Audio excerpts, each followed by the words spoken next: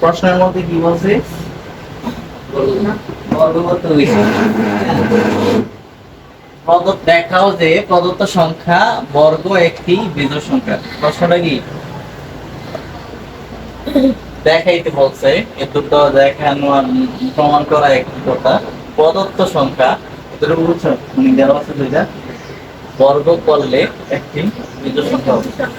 ঠিক আছে, এই প্রশ্নটা বুঝছো? তা আমরা এই কারণে প্রদত্ত সংখ্যাটারে কি করছি? বর্গ করছি। বর্গ মানে কি? স্কোয়ার করা। বর্গ মানে কি? স্কোয়ার করে আমরা কি করছি? সূত্রটা পাইছি। কি করছি? সূত্রটা কার সূত্র পাইছি? সূত্রটা পাইছি a minus b whole square. a minus b whole square সূত্রটা কি? a minus b whole square তো a square minus b plus a square minus b plus square.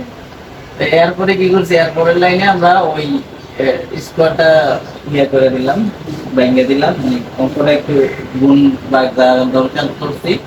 তারপর ওই 4x কম নিচ্ছি, সর্বশেষ কি করছি? তো এইখানে আস্তে আস্তে পুরাটারে কি করছে? ভেঙে ভেঙে বুঝাইছে যে এটা জোড় সংখ্যা, এটা বিজোড় সংখ্যা, সবগুলোই জোড় হয়েছে। পরবর্তীতে এক যোগ করার জন্য এটা কি হয়েছে? এটা বিজোড় সংখ্যা। যেহেতু বলেছি বর্গটা বিজোড় সংখ্যা হইব অবশ্যই। প্রথম দেখো x এর মান দেখো না, একটা সংখ্যা হইতে পারে বিজোড় হইতে পারে, কিন্তু x - 1 এর লগে যখন গুণ করছি তখন এটা কি হয়েছে? না জোড় হয়ে গেছে। আবার সাইডের লগে গুণ করছি, এটা কি হয়ে গেল? জোড় হয়ে গেছে।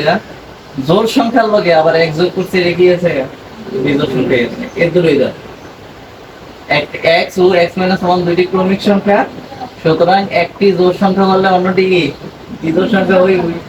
সুতরাং x এবং x - 1 একটি জোড় সংখ্যা। জোড় সংখ্যাটার লগে সাইড যোগ গুণ করলেও জোড় সংখ্যা হইছে। এই জোড় সংখ্যার পরে সর্বশেষ এক যোগ করলে এটা গিয়ে দেখা।